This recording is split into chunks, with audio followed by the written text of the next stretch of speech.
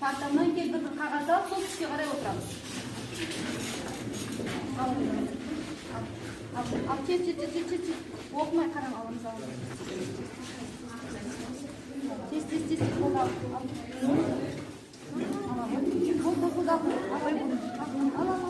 Бар, атпақ.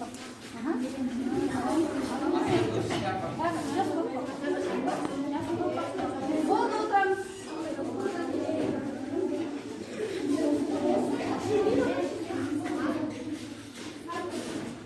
Жас қалпақтар мұнда. Ақ қалпақтар мұнда. Сары қалпақ.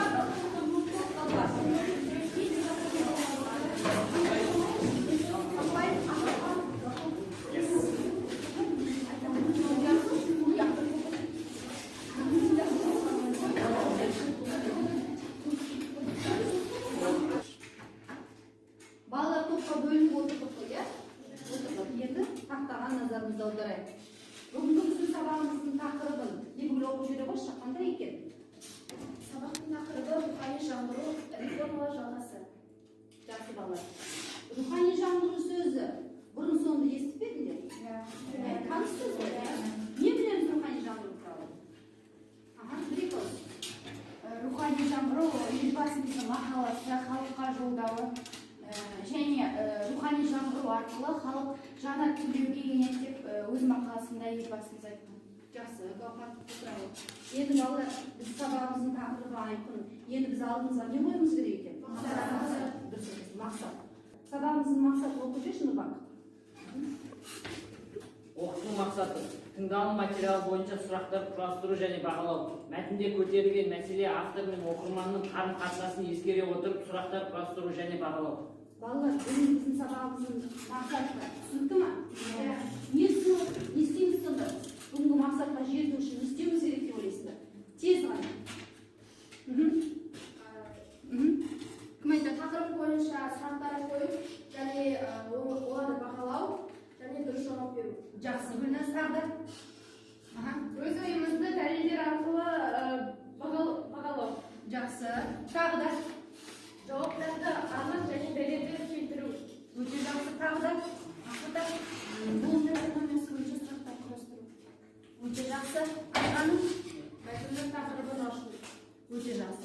Балалар, яғни сіздер жаңа мақсатқа байланысты өздерінің бүгінгі мақсатқа жету жолында барлық критерийлерін құрастырып көрдіңдер, иә? Енді мен құрған критериймен танысайық, иә? Тыңдалым мазмұнын толық түсінеді, сұрақтарға дұрыс жауап береді, Блум таксономиясы бойынша сұрақтар құрастыра алады, жауаптар анық әрі дәлелді болады, өз ойын дәлелдер келтіре отырып білдіре алады екен. Яғни келді ма бір-біріңіздің айтқаныңыз? Сәйкес келіп жатыр, иә? Жақсы. Онда қазір сіздерге бірінші тапсырма дастархан әдісі деп аталады. Бұл неге дастархан дейді? Мен сіздерге қазір дастархан беремін. Әр-топқа мынандай әр дастархан.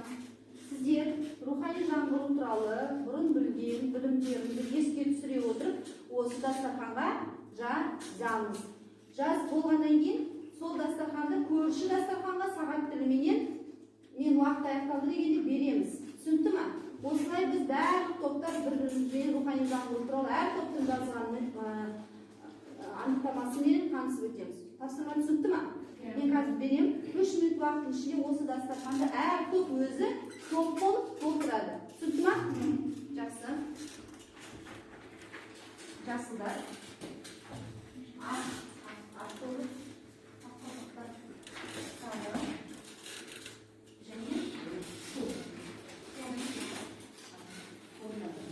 Уақыт кетті.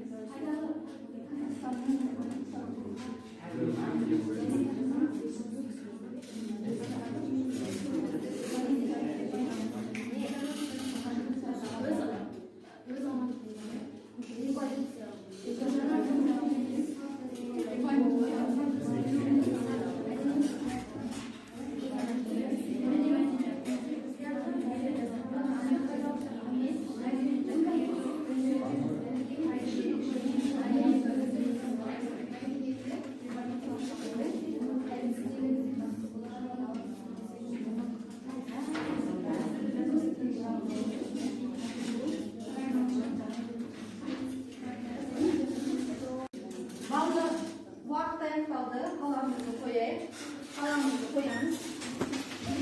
Тапсырманы аяқтаймыз. Қажет екен бұл сөздерді тоқтаймыз. Жақсы. Енді сағатты мен бірімізге береміз. Гаухар әке. Мына тоқтаймыз. Сіздер келесі топқа танысамыз. Мақсат естейміз. Танысамыз. Оқимыз, танысамыз. Келісесіңдер ме, келіспейсіңдер ме?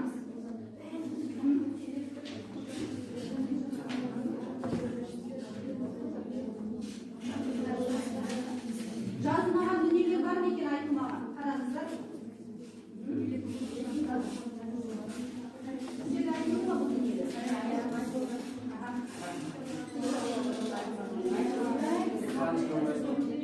Мен мына дүниені білемін десеңдер, қасына плюс қойып қойыңдар. Сіздер қара қаламмен, сіздер қай қалам? Қоңыр қалам. Сіздер карандашпен қойыңдар. Сендер мен бұл дүниені білемін десеңдер, не бар ма? Олар жасында айтты, жасы демалды.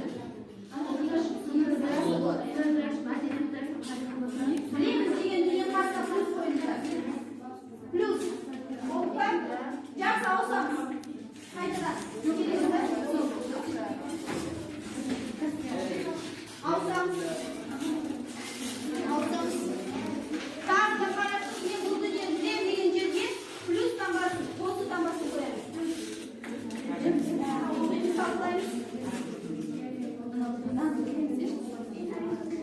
Нақты.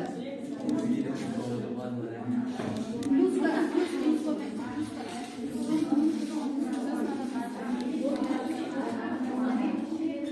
аяқтаймыз әкелді. Келесі топқа тағы қараймыз.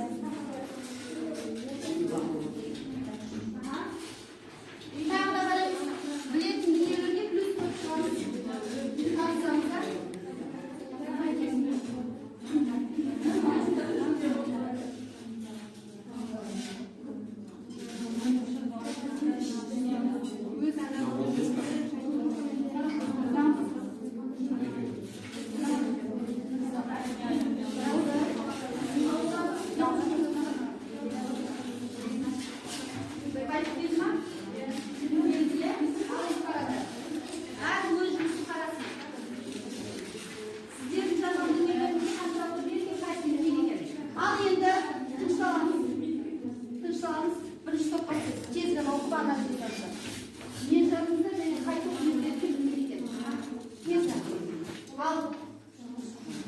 Болашаққа бағдар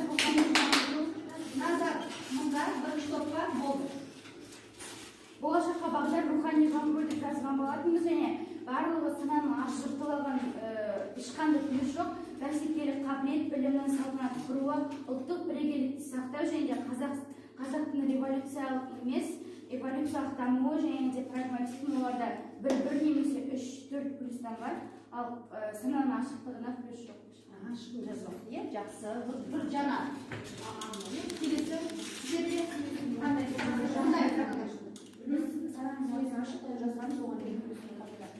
Бәсекеге қабілетті гармонизмға 1 плюс бар. Айтқанымызда денемізді өзгерген ұрпаққа жеткізуге плюс және жастарды тәрбиелеу плюс. Қалғаны деген сол. ал жақсы.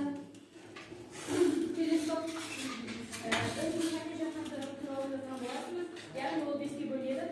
Мәдени жаһандастыруға плюс болған екен, аумақтық жаһандастыруға да бәрі берілген, экономикалық жаһандастыруға қойылған, этикалық біреу ғана қойылды, ақпараттық коммуникациялық жаһандастыруға біреу ғана. Яғни, өте жақсы. Сіздер үш топта мына екі жауабға келісілді, яғни плюс қойылған екен, ұлттық дәстүрлер мен талант тарихының айнасы және экономиканың қарқынды дамуы сана сезімнің көкжиегін кеңейтеді. енді балалар мен айттым ғой, плюс қоймайсыздар егер ол мәлімет сіздер білмесеңдер плюс қоймаңыздар. Қайсысын сіздер жаздыңыздар білесіздер, соған плюс қойдыңыздар десе, яғни сіздердің жазған мәліметтеріңіз тың мәлімет болған, сондықтан қойылмаған. Көрдіңіздер ма? Жақсы. Балалар, ендеше сендерге тағы да қосымша мәлімет беру үшін рухани жаңғыру бағдарламасы туралы нақты білу үшін мен бір бейнебаянды көрсетемін. Мұқият тыңдаймыз. Сол бейнебаянға байланысты тапсырма болады. Түсінді ма?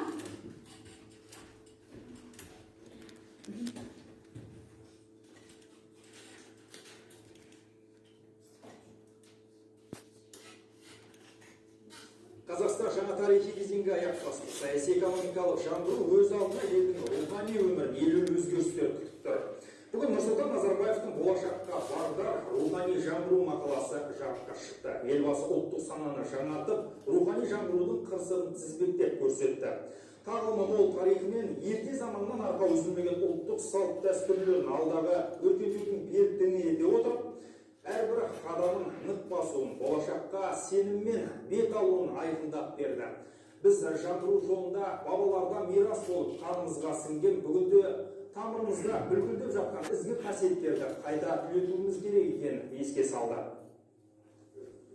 Рухани жаңғыру кезең-кезеңмен атқарылып жатқан елдегі реформалардың жалғасы іспетті. Бұл біздің қоғамға аса қажет дүние. Технологиялық жаңарумен шектеліп қоймай, адамның сана сезімін қатар жетілдіруге мемлекет баса мән бермек. Мақаланың мазмұны осы төңіректе. Елбасы ұлттық санамен ұшқыр ой, біліммен бәсеке, прагматизммен ұлттық бірегейлікті сақтау қағидаттарын тізіп берді. Болашақта ұлттың табысты болуы оның табиғи байлығымен емес, адамдардың бәсекелестік қабілетімен айқындалады. Сондықтан әрбір қазақстандық сол арқылы тұтас ұлт 21 ғасырға лайықты қасиеттерге ие болу керек. Мысалы, компьютерлік сауаттылық, шет тілдерін білу, мәдени ашықтық сияқты факторлар әркімнің алға басуына сөзсіз қажетті алшақтардың санатында. Барлық дүние сана сезімнен басталуда. Өрісің неғұрлым кең болса, соғұрлым заман көшіне ілесуге қауқарлысын. Технология инновацияны да алға тартудың алғы шарты. Демек, рухани жаңғырудың мәні зор. Есесіне бұл үрдіс елдегі барлық реформалармен астасып жатыр дейді ғалымдар. Бұл ойлаушы техника, экономика бәрін шешеді. Қазіргі заманда, бәрі күнді өзгеріп жатқан заманда ұлттық сана шешеді. Егер халық өте білімді, ғылымы болса, ол тез келген нәрсеге бейімделіп кетеді. Өнеркәсіп жөнінде, экономика жөнінде, басқа саяси жөнінде тез бейімделіп кетеді. Сондықтан бірінші жетістікке жететін техника емес, ұлттық сана, білім, ғылым. Bunu осы мәселеге көп көңіл бөліп жатыр. Таяудағы 10 жылда өмір салты түбегейлі өзгереді. Бұған дайын болған абзал дейді елбасы. Сондықтан ашық болу, басқалардың ең озық жетістіктерін қабылдай білу керек. Бұл табыстың кілті, озық зерденің басты көрсеткіші. Президенттің айтуынша, жаңғырған қоғамның өзінің рухани коды болады. Жаңа тұрпатты жаңғыртудың ең басты шарты сол ұлттық кодты сақтай білу. Біз әркім жеке басының қандай да бір іске қосқан үлесі мен кәсіби біліктілігіне қарап бағаланатын меритократиялық қоғам құрып жатырмыз. Бұл жүйе жең ұшынан жалғасқан тамыр таныстықты көтермейді. Осының бәрін егжей-тегжейлі айтып отырғандағы мақсатым бойымыздағы жақсыны жаманды санамалап теру емес. Мен қазақстандықтардың ешқашан бұлжытпай екі ережені түсініп, байыбына барғанын қалаймын. Біріншісі, ұлттық код, ұлттық мәдениет сақталмаса ешқандай жаңғыру болмайды. Екіншісі, алға басу үшін ұлттың дамуына кедергі болатын өткеннің кертартпа тұстарынан бас тарту керек. Мақалада руханиятты қайта түлету көзделген. Ол үшін мемлекет басшысы бірнеше бастама көтеріп, жобалар ұсынды. Соның бірі қазақ тілін біртіндеп латын әліпбиіне көшіру. Депутат Азат Перуашевтың пікірінше, біздің қоғам мұндай үрдіске дайын. Оның үстіне өскелең ұрпақ латын қаріптерімен таныс, аға буын өкілдеріне де еш қиындық тудыра қоймайды деген пікірде. 2013 жылы қолыма біздің отбасымыз 70 жылдан бойы іздеген атамыздың құжаттары түсті. Сол құжаттар арасында біз зайымына жазған хаттар бар болған. Бұл хаттар латын қаріппен жазғаннан кейін мен сол кезеде кішкене қорқып, кішкене күмәндап қолыма алып оқуға тырыстым. 2 күннен бастап байқасам, ешқандай қиыншылықсыз өте оңай жеңіл оқи бастадым. Латын қарпі шын айтсақ, ашық дүниеге Еуропалық дүниеге батыс елдерге Ең жақсы 100 оқулықты әртүрлі тілдерден қазақ тіліне аударып, жастарға дүние жүзіндегі таңдаулы үлгілердің негізінде білім алуға мүмкіндік жасаймыз. 2018-2019 оқу жылының өзінде студенттерді осы оқулықтармен оқыта бастауға тиіспіз. Ол үшін қазіргі аудармамен айналысатын құрылымдар негізінде мемлекеттік емес, ұлттық аударма бюросын құру керек. Ол үкіметтің тапсырмасы бойынша 2017 жылдың жазынан тиісті жұмыстарға кірісе берген жөн. Біз баяғы малшы, баяғы киімден шықпайтын, қолда қартықпайтын көз сырған образ болды дәуірін алған. Сондай неден кәдімгі эволюциялық жолмен, үлкен қақтығыстар арқылы емес, өте маңызды нәрсе эволюциялық жолмен біз қазіргі әлемдегі мысалы Жапон сияқты, кәрістер сияқты дамыған және бәсекеге сәйкес ұлттардан бірі болуымыз тиіс деген ой айтылады. Қазақтың мәдениеті де руханияты да өте бай. Көне шаһарлар, кесенелер, қорғандар, ескерткіштер мен жәдігерлер жетіп артылады. Халқымыз тарихи тұлғалардан да кем емес. Дегенмен заманында көшін бастайтын қаһармандары бар. Бүгінгі күннің белсенділерін елге таныту мақсатында Қазақстандағы 100 жаңа есім жобасы жүзеге аспақ. Патриоттық тәрбие, білімге ұмтылысты күшейту, көпшіліктің ой-өрісін кеңейтуді көздейтін бастамалардың дені жастар үшін. Демек, мақаланың өскелең ұрпаққа берері көп. Елбасының жүректерінен шыққан ең асыл сөзді тәуелсіз Қазақстанның жастары сіздерге арналады. Мына құжатты әрбір Қазақстанның жасы оқып меңгеру керек. Бұл біздің буыннан гөрі сіздің буынға арналған. Егер сіз 21 ғасырда халқыңызға пайда келтіргіңіз келетін болса, халқыңыздың атын абыройын дүниежүзінің әлемнің көлеміне шығарғыңыз келетін болса, ең алдымен ұлт руханиятынан бастап алуларыңыз керек. Ұлт руханиятын топтастыратын тағы бір жоба Қазақстанның қасиетті рухани құндылықтары. Жат идеологияларға төтеп беруді, олардың орны айрықша. Есесіне ұлттық бірегейлігімізді осы құндылықтарда, демек әлемді де сол арқылы мойындатуға болады. Біз 21 ғасырдың жаһандық картасында ешкімге ұқсамайтын, дербес орны бар ұлт боламыз десек, жаһандағы заманауи қазақстандық мәдениет жобасын іске асыруға тиіспіз. Әлем бізді қара алтынмен немесе сыртқы саясаттағы әрі бастамаларымызбен ғана емес, мәдени жетістіктерімізбен де танылу керек. Дамудың діңгегі рухани байлықтар, ол мәдени, тарихи құндылықтармен сабақтасады. Демек, оны жаңғырту заман талабы. Өркениетті елдердің қатарына қосылу үшін де маңызды. Мақаланың мақсаты да сол. Қоғамға рухани серпіліс беріп, заман көшін үйлестіру. Жақсы балалар, бейнебаянды көрдік, иә? Таныстық, свет қосасаңызшы.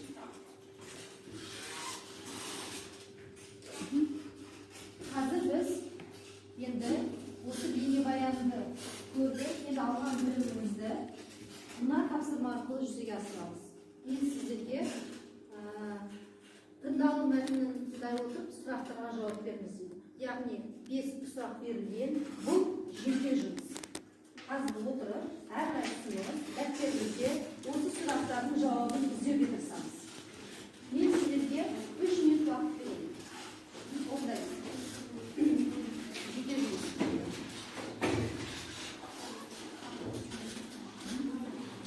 Дәптеріңізді ашып, дәптеріңізді орындайсыз. Жеке жұмыс.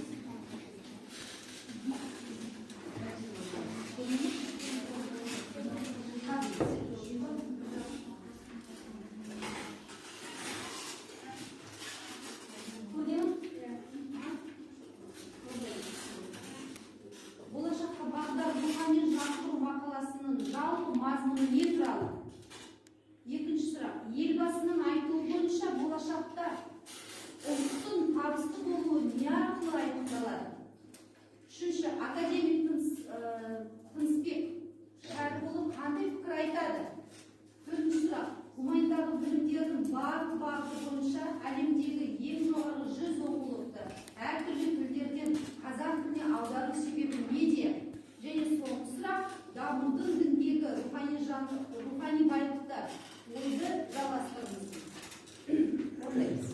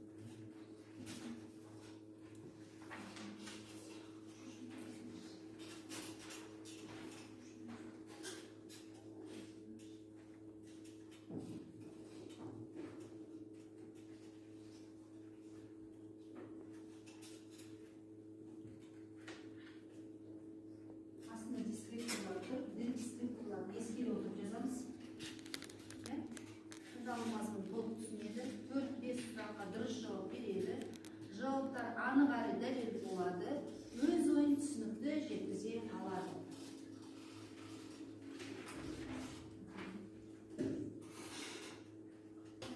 Балалар, уақытымыз аяқталып қаламызды қояйық. Бірінші сұрақ. Болашаққа бағдар рухани жаңғыру мақаласындағы жалпы мазмұны не туралы дейді? Кім жауап береді? Жеке жұмыс болған, не? Ақыта. Менің ойымша мазмұны бағдарламалық мақаласы ел дамуының жарқын үлгісіне нақты қадамдар көрсететін деген ой тарихалықты батыс жүйеге құрған мақаласы еді. Өте жақсы, асықпай қойған. Тағы да қозғаларларда нені оқып кетті бірінші сұрақты жауабы? Болашаққа бағдар ұлт жоспарын орындау аясында әлемнің ең озық 30 елінің қатарына кіру болып табылады. Өте жақсы. Балдар, дискриптігі қарап отырамыз, иә? Толық жауап бердім, иә? Бағалап отырамыз. Ішімізден өзіміз жақсы. Келесі сұрақ. Елбасының айтуы бойынша болашақта ұлттық табысты болу үшін кешіріңдер, не арқылы айқындалады дейді? Елбасының айтуы бойынша болашақта ұлттық табысты болуы өскелең ұрпақтың білімді болуына, техникалық және шет тілдерге деген сауаттылығына және әрине өз мәдениеті мен тарихы жөнінде ана тілдерге құрметімен сипатталады. Жақсы бала. Тағы Елбасымыздың айтуынша осы халқымыздың табысты болуы ол тікелей рухани жаңғыруға байланысты деп ойлаймын. Себебі мәдениетіміз бен салт-дәстүрімізді, тарлан тарихымызды бірге алып жүру арқылы ұлтымыз табысты бола алады. Өте жақсы. Рахмет. Жақсы. Үшінші сұрақ. Академик Тынысбек Шәріпұлы қандай пікір айтады дейді? Яғни үшінші сұрақ бойынша латын әліпбиіне көшу жайлы айтады. Тынысбек Шәріпұлы. Өте жақсы. Қызық бар ма? Латын әліпбиінің осы біздің заманымызда ғана емес, өзбектен ескі заманда да қолданылған айтады. Тағы сонымен қатар осы академик тек қана латыннан кейін тек қана жастар емес, орта буындағы ағаларымызбен мәселемізді алып кете алатынын жайлы айтқан. айтып өтті, өте жақсы. Төртінші сұрақ балалар, иә? Гуманитарлық білімнің барлық бағыты бойынша әлемдегі ең жақсы 100 оқулықты әртүрлі Ал себебі өзіміздің қазақ азаматтары неге басқа тілде кітаптар оқу керек? Тек қазақ тілі, ұлты қазақ және осы дінді қазақ болғандықтан әр адам өзі қазақ жерде тұрғаннан кейін қазақша оқу керек. Қағда Басқа тілдерде аударылу себебі басқа ұлттың яғни мәдениетін, салт дәстүрін, оның ішінде ең бастысы бойымызға сіңіру үшін басқа тілдерде аударылады біздің тілімізге. Бұл жолда біз ең бастысы өзіміздің ұлттық кодымызды ұмытпауымыз керек. Жақсы. Тағы да алып қосатын Қазақ жастардың жазбасы болуы. өте жақсы. Тағы да және де осы қыздар айтып кеткенде біздің бұның ең басты себебі деп ойлаймын, ол 100 жаңа оқулық идеясын жүзеге асыру үшін. Жақсы. Жаздың ғой, иә сен оны? Жақсы. Балалар, соңғы сұрақ, 5-ші сұрақ. Дамудың діндегі рухани байлықтар ойды жалғастырыңыз. Дамудың діндегі рухани байлықтар. Рухани байлықтар дегеніміз біздің өнеркәсібіміз, экономика, саясат және саясатымыз тегеурінді салалар ұлттық санамен ұштасқанда ғана ұлы мақсаттарға жете аламыз. Бұл дегеніміз әдет ғұрпымыз, салт дәстүр, төл мәдениетіміз, ол біздің рухани байлығымыз. Ал рухани байлығымыз дамыған кезде біздің діңгегіміз де ешқашан құламайды. Өте жақсы. Тағы да кім қосам дейді тағы да осы сұраққа? Менің ойымша Қазақстан дамып және де жаһанға танылу үшін тек қана сары немесе қара алтынмен ғана танылмайды. Жаһанға даму үшін ең бірінші даму үшін ең бірінші біз өзіміз тануымыз керек. Яғни өзіміздің мәдениетімізді, тарихымызды, және ана тілімізді біліп және оны құрмет тұтуымыз керек. Сонда ғана өзге елдер де бізді құрмет. Жақсы балалар. Енді сабақта жауап берген балалар майгершінің барлығын бағалау әдісі арқылы өз-өзімізді бағалап жіберейікші. Оқыған бала тез ғана қолымыз көтеріп өте жақсы, орташа, нашар деп қана өзімізді бағалап жіберейік.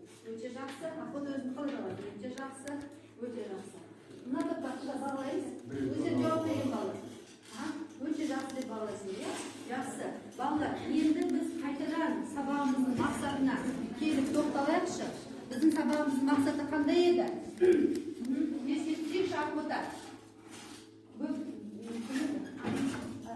Сананың болуы арқылы сұрақтар дайындау.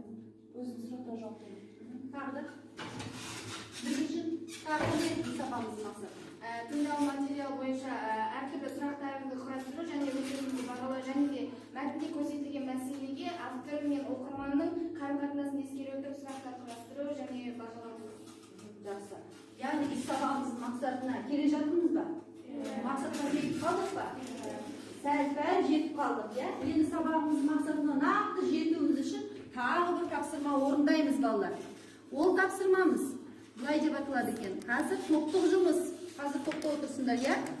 Топта оқушылар бағанағы тыңдалған мәтінді еске сала отырып, есімізге түсіре отырып, сұрақ құрастырамыз. Топпенен.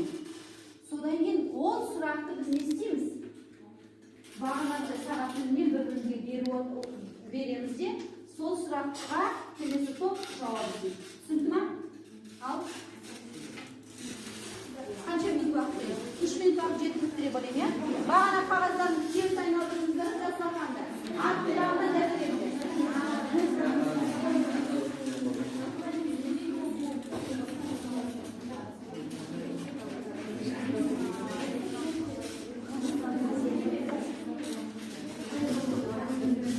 Тағы да бір минут назарымызды саламыз. Бұл сұрақты жай ғана құрастырмаймыз. Бұл сұрақтарды Блум таксономиясы сала отырып құрастырамыз. Қараңыздар. Блум таксономиясы бойынша.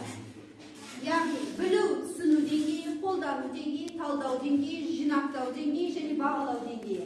Яғни жеңілден күрделене береді. Түсінді ма? Яғни сұрақтарымыз осы Блум таксономиясына негізделген болсын. Түсінді ма? Орындаймыз.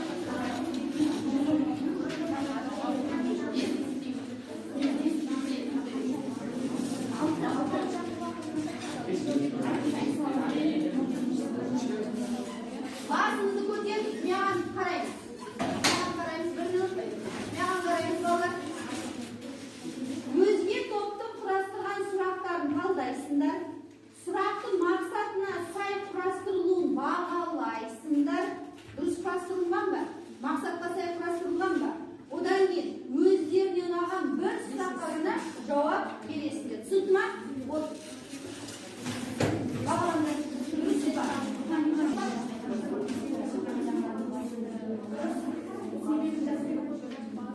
Балалар аяқтасаңдар маған белгі беріңдер. Айтып айтыңыздар.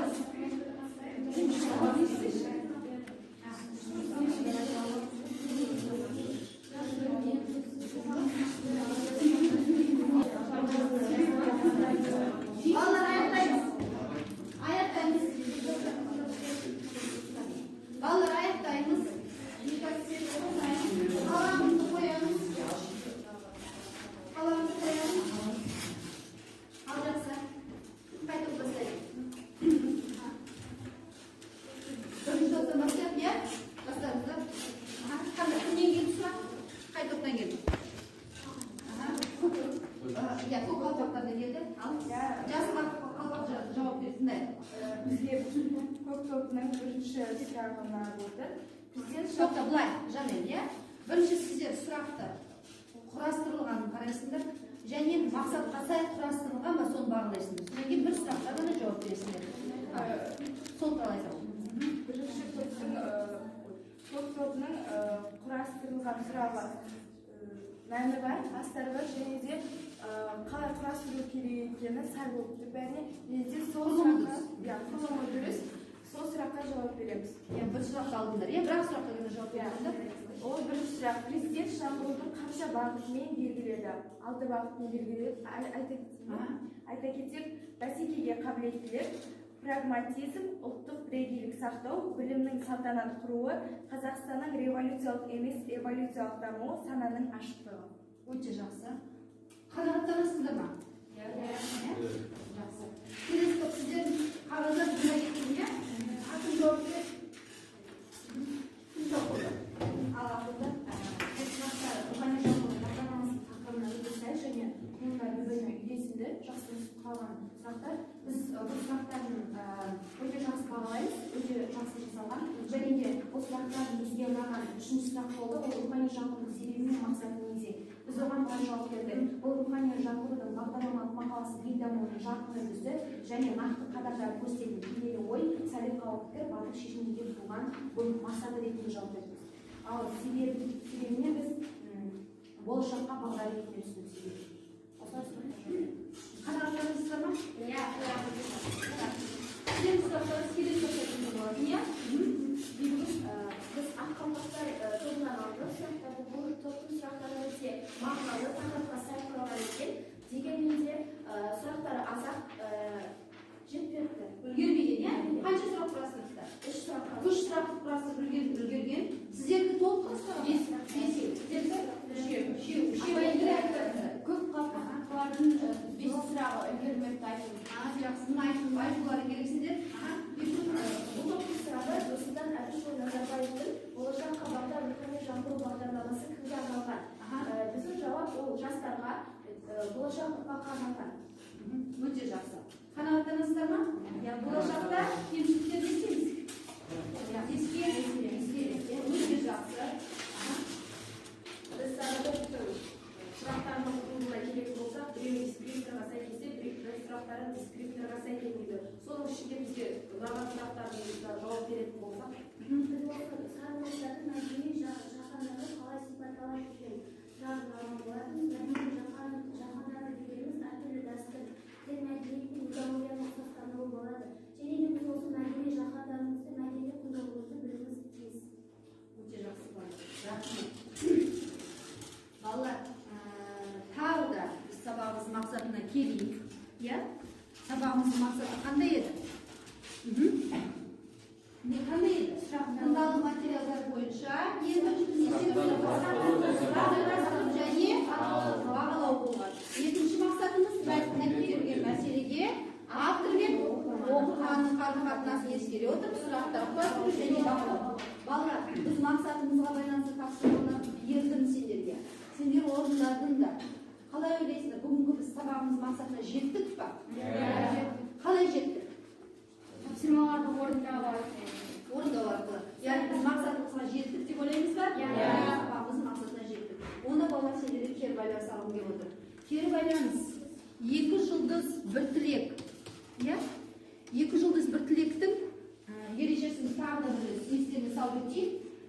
әр топ бір топқа сағаттан жауап береміз. Бірінші топ, екінші топқа, үшінші топқа, үшінші төртке бірге береді. Яғни сол топта болған екі жұлдыз екі ұтымды керемет жағы бүгінгі сабақ барысында және бір ұсыныс әттеген-ай деген жер болса бір ұсыныс айтасыздар. Түсінікті ма? Ал бастаңыздар.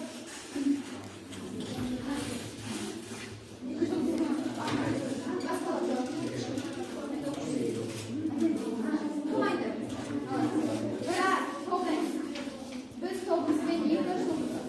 Тыңдай, сіздерге тікелей байланыс береді. Біз тобымызбен екі жұлдызды осы ақ қалпақтылар тобында екі адамға бөліп беріледі. Нұрбақытыр Ақботаға бір тілегімізді біз Амангелге береміз. Сосын топтың өзіне комментарий айтыңыздар, уақытқа тез жылдам жауап беріңіздер, үлгеріңіздер деп айтқымыз. Амангелге қандай ұсыныс айтар еді? Топқа қосыл, өзінде жауап беріп отыр, Нұрбақытар Ақботаға қарайды. Жақсы, ұсыныс болашақта, өте жақсы ұсыныс. Рахмет, біз қабылдаймыз, ал сіздердің топтарыңыз келесі топқа. Кім айтады? Екі жұлдыз бір тілек. Бүдіршін айтады. Тез ғана. Біз